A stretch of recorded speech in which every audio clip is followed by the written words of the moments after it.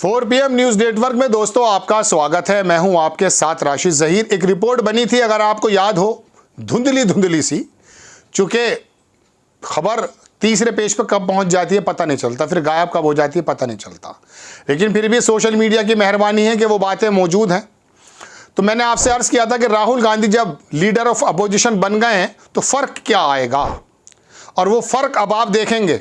मैंने 2 महीने पहले, 1.5 महीने पहले जब बताई थी वो बात आपको, तो उसमें मैंने ये अर्ज़ किया था आपसे कि जिस राहुल गांधी को लोकल मीडिया, गोदी मीडिया बताने को तैयार नहीं है, लीडर ऑफ अपोजिशन बनने के बाद उनकी तमाम बातों को they have to show in front of you, आपको बताना ही पड़ेगा। कई सारे बिल वापस हो गए, कई सारी बातें वापस हो गई, आपको मालूम है, लेकिन राहुल गांधी देश की आवाज़ कैसे बन गए, और आखिरकार झक मारकर इनको राहुल गांधी की बात को बताना क्यों पड़ रहा है। कल भी आपको मालूम है, बड़े दिन चर्चा रही, मैं आपको दोबारा रिमाइंड कराने नहीं आया हूं, और ये भी बताने नहीं आया हूं कि पिछले 12 दिनों में 3 बिल कैसे वापस हो गए, या 3 बात इनकी कैसे वापस हो गई। जो मोदी सरकार किसानों के 700, 800, 900 जितने भी होंगे शहीद होने के बावजूद भी टस से मस नहीं हुई। जब 2022 का चुनाव आया तो बोले मेरी तपस्या में कुछ कमी रह गई तो वापस चला जाता हूँ, पीछे कभी कदम नहीं हटाए। वो जिद में हो या खुशी में हो, तरक्की में हो या गुस्से में हो, जब मोदी जी ने कदम बढ़ा दिया तो पीछे नहीं गए, लेकिन किसानों ने मजबूर जब किया था, चूंकि फुल बहुमत की सरकार थी। आपने दरअसल मजबूर नहीं बनाया था, मजबूत बना दिया था, और वो निरंकुश हो गए थे, ऐसा आरोप लगता है। लेकिन अब ये तमाम के तमाम चीज़ें वापस हो रही हैं। कल वो लेटरल एंट्री के माध्यम से 65 लोग तो पहले चुन लिए गए हैं ना, 45 पे तो झगड़ा था भाई, लेकिन 45 लोगों की बात नहीं है, बात है टेंडेंसी की, आरएसएस की। वो टेंडेंसी के वो बड़े बड़े पदों पर, वीसी जैसे पदों पर अपने लोगों को बिठा करके जहनसाजी करके जो धार्मिक पशु बनाने की प्रक्रिया चल रही है ज़माने से, 100 बरस हो गए साहब उनको काम करते हुए। तो नफरतों का बाजार तो गर्म होना ही था। राहुल गांधी अकेला उठा, यात्रा की, ज़मीन पर गया, गरीब आदमी से बात की, मजदूर से बात की, दलित से बात की, अल्पसंख्यक से बात की, महिलाओं से बात की, बच्चों से बात की, तमाम शोबों के लोगों से बात की, और फिर पता चल पाया कि उसकी एक यात्रा ने हालात ही बदल दिए। वो आपके मुद्दों को लेकर के गया चुनाव में, वहाँ पर आपने जितना भी साथ दिया आपका एहसान होगा उस पर। लेकिन हुआ यूँ कि जब लीडर ऑफ अपोजिशन बन गया तो उसने वो बातें उठानी शुरू कर दी। अब मोदी जी हर चौथे दिन और 5वें दिन, हफ्ते में या 10 दिन में अपने कदम को पीछे हटाने पर मजबूर हो जाते हैं। ये बात मैंने आपसे कही थी कि राहुल गांधी के लीडर ऑफ अपोजिशन बनने के बाद इस मीडिया को छापना ही पड़ेगा, नहीं छापेंगे तो बाहर का छापेगा। नहीं तो हम जैसे लोग मौजूद हैं जो आपको एविडेंस के साथ सही बात रखने की कोशिश करते हैं। ये बात दीगर है कि किन दबाव में और किन विषम परिस्थितियों में हम काम कर रहे हैं, ये हम जानते हैं। संसाधन कम होने के बावजूद भी हम आपके सामने बात रखते हैं। बहुत सारा पैसा भी नहीं मिलता जनाबे वाला। यूट्यूब चैनल चलाने वाले लोगों के हालात क्या हैं आपको अंदाज़ा है? बहुत सारे यूट्यूबर्स तो खुद ही एडिट करते हैं, खुद ही अपलोड करते हैं, खुद ही बनाते हैं। ये काम उनका रह गया है, थक जाते हैं, दिमाग थक जाता है। लेकिन चलिए खैर, हमारा ये काम है, कोई बड़ा बात नहीं, हम आपको सामने बात लाते हैं।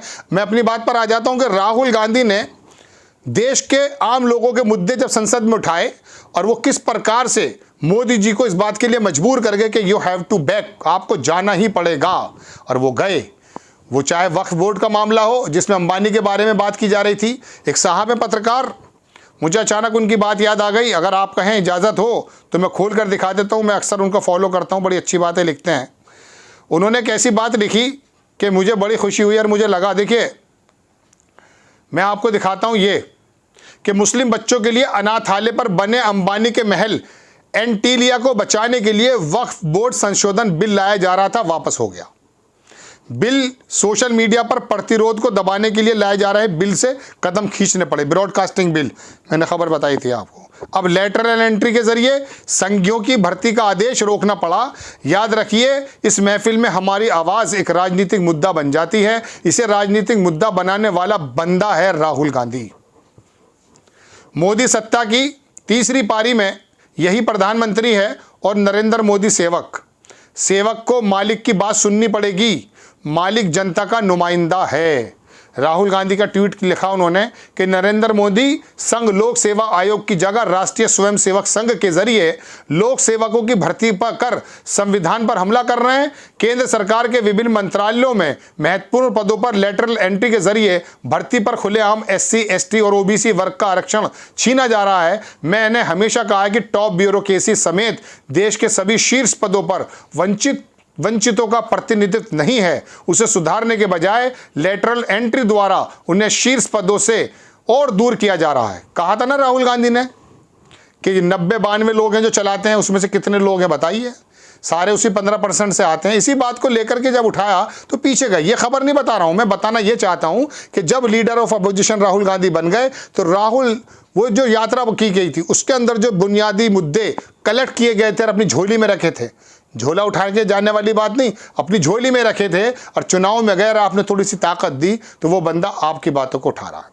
और यही वजह है कि मोदी जी इतने मजबूत प्रधानमंत्री होने के बावजूद पहले कार्यकालों में अब की बार जब थोड़े से मजबूर हुए तो कदम कदम पे पीछे जाना पड़ रहा है। तो फिर पत्रकार क्या लिखता है कि अंबानी को बचाने के लिए, और वाकई वो एंटीलिया महल 5,000 करोड़ रुपए की शादी कर जाता है, कितने लोगों को नौकरी से निकाला। हमारे 4PM के संपादक ने प्रोग्राम बनाया, देखिए कि कितने लोगों को क्या करते हैं, इनका क्या योगदान है बताइए। तमाम पॉलिसीज जब इनके लोग बनाते हैं तो फिर क्या होगा, फिर ये होगा लेटरल एंट्री को, वो घास में जो खेतों के अंदर काम कर रहा है उसको मालूम है लेटरल एंट्री क्या है। ये राहुल गांधी समझ करके आपकी बात को संसद में उठा रहा है, विपक्ष के लोग उठा रहे हैं, उसमें अखिलेश यादव हो या तेजस्वी यादव, बाकी ममता बनर्जी, तमाम लोग, उसमें मायावती भी हों, उसमें चंद्रशेखर आज़ाद रावण भी हों, उसके अंदर चिराग पासवान भी हों, ये इनके लोगों में भी खलबली मची हुई है कि कौन सी टेंडेंसी को लाया जा रहा है, क्या बात करना चाहते हैं। यूनिवर्सिटीज़ में कितने VC हैं ज़रा पता कर लो। मैंने प्रोग्राम बनाया था 6 महीने पहले, मैंने उसके अंदर आपको संख्या बताई थी कि उत्तर प्रदेश में हालात क्या हैं, कौन से चुनता है। फिर पता चलता है कि RSS का सेवक था, बन गया वाइस चांसलर, फिर वो कैसे कैसे अपने जहन को इम्प्लीमेंट करेगा। फिर पता चलेगा कि हमारे सिलेबस में से वो चीज़ें निकाली जा रही हैं, जो संविधान का प्राइम्बल है उसकी बातों को निकाला जा रहा है। फिर पता चलेगा कि मनुस्मृति की बातों को लगाया जा रहा है हमारे बच्चों को पढ़ाने के लिए। वो मनुस्मृति जिसके बारे में मैं आपको दर्जनों बार बता चुका हूँ क्या क्या उसके अंदर भरा हुआ है, बस उसके बारे में शब्दों का इस्तेमाल नहीं कर सकता। लेकिन बहरहाल खबर पर मैं आता हूँ कि राहुल गांधी का जब आपने साथ दिया तो वो आदमी उठाने लगा आपकी बात, और मोदी जी जैसे सशक्त प्रधानमंत्री को पीछे हटना पड़ रहा है हर पखवाड़े, हर हफ्ते, और ऐसे ही जाना पड़ेगा चूंकि आपकी आवाज़ बनकर खड़ा हो गया कांग्रेस का सर्वे सर्वा। विपक्ष के लोग सामने आ रहे हैं, नए नए लोग सामने आ रहे हैं, वो बात कर रहे हैं और करनी पड़ेगी। राजीव गांधी के वो डायलॉग याद रखिए जब उस जमाने में उन्होंने कहे, बल्कि राहुल गांधी ने परसों शायद उनको दोहराया है।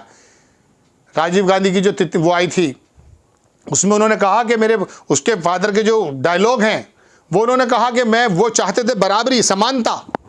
आज असमानता भारत में कितनी है जानते हैं। उसने वही बात लिखी राहुल गांधी ने कि मेरे पापा का या फादर का, मैं तो जानता हूं कि उन्होंने कहा ये कि वो चाहते थे बराबरी। ये जाति जनगणना दरअसल इनकी प्रॉब्लम है, लेकिन राहुल गांधी का ये कॉन्फिडेंस, इसको सलाम करने को जी चाहता है कि ये कहता कि इसी सदन से पास करके दिखाएंगे। और मोदी जी आपको करना भी पड़ेगा। 85% लोगों को आप वंचित नहीं कर सकते, नहीं कर सकते आप। आपके तमाम 15% के जो वोटर्स हैं ना, कट्टर वोटर्स कहे जा सकते हैं आपके, जिनको मलाई खाने का मौका ज़माने से मिल रहा है, अब आगे ऐसा नहीं हो पाएगा। नया दौर फिल्म देखिएगा, सॉरी क्या फिल्म आई थी साहब, BR चोपड़ा, यश चोपड़ा के बड़े भाई ने बनाई थी। उसमें जीवन और दिलीप कुमार की एक बात थी।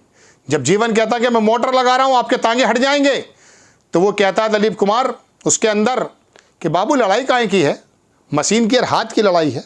तो अब ये लड़ाई हाथ की है जनाब, ध्यान रखिएगा कहाँ बोल रहा हूँ। आपको अगर खबर अच्छी लगती है बराए करम चैनल को सब्सक्राइब भी कीजिए, शेयर भी कीजिए, लाइक भी कीजिए। नेक्स्ट टाइम मैं किसी खबर के साथ हाजिर होता हूँ। जय हिंद।